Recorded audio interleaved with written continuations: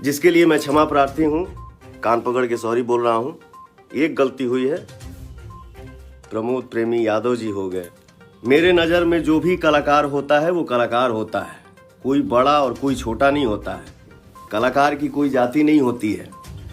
पवन सिंह हूँ तो क्या मुझे सिर्फ सिंह लोग सुनते हैं, बाकी लोग नहीं सुनते हैं? 10 साल पहले जाति की बाकी की ठीक है। आज पवन सिंह को 30 साल हो गया गाना गाते हुए।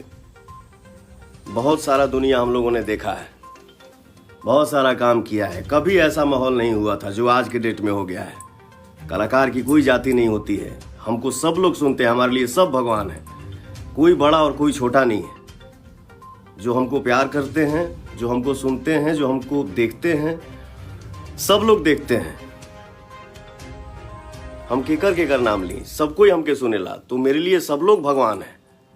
मेरे नज़र में कोई बड़ा और छोटा नहीं है, मेरे लिए सब भगवान है। मैं सबको हमेशा भूल चूक माफ करिए जा भैया, अगर कुछ हमरे मुंह से गलत निकल गई लोग तो खातिर क्षमा चाहत नहीं। जय माता दी, जय भोजपुरिया समाज।